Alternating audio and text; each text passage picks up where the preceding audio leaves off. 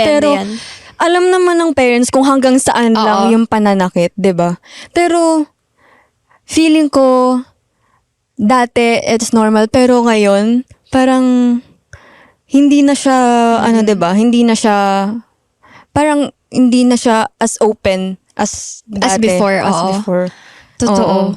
Nag-evolve na din kasi ang mga parents ngayon. 'Di ba? Pag mga young moms, ganun parang gusto nila, ano na lang, parang, Tsaka feeling Chill. ko, pag yung mga kabataan din ngayon, ay, akala mo hindi ba?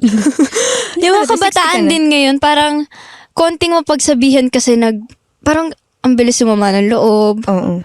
Parang dati, uy, parang ang sarap sabihin na, well, hindi naman ako lumaki na, ilang taon pa lang Oo. naman ako, pero alam ko na ganyang bagay na parang sarap sabihin sa ibang mabilis sumama yung loob dahil lang napagalitan na, huy, wala pa yan dati sa paggalit ng parents. Di ba? Totoo. Sana, Well, siguro hindi pa nila na-realize yun. Pero wala, iba-iba talaga ng pagdidisiplina yung parents. And yun yung naranasan ko before. Pero hanggang tumanda, wala na. As in, wala na talaga. and May isip na eh. totoo, may isip na.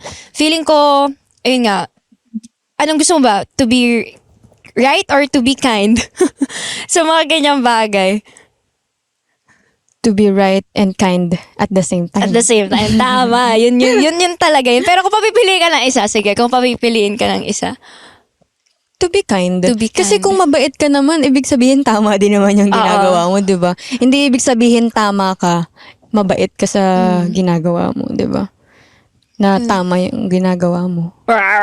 Siguro tama lang siya sa'yo, pero hindi siya tama sa ibang tao. Oo, pero may tama Diba? ako sa'yo. Ay! Eh, kung tamaan kita. Tama na. O, Or go na. use word tama in a sentence. Ama ka na. Go na. Okay. Meron ba kayo nakaugalian sa bahay na pinapagalitan ka kapag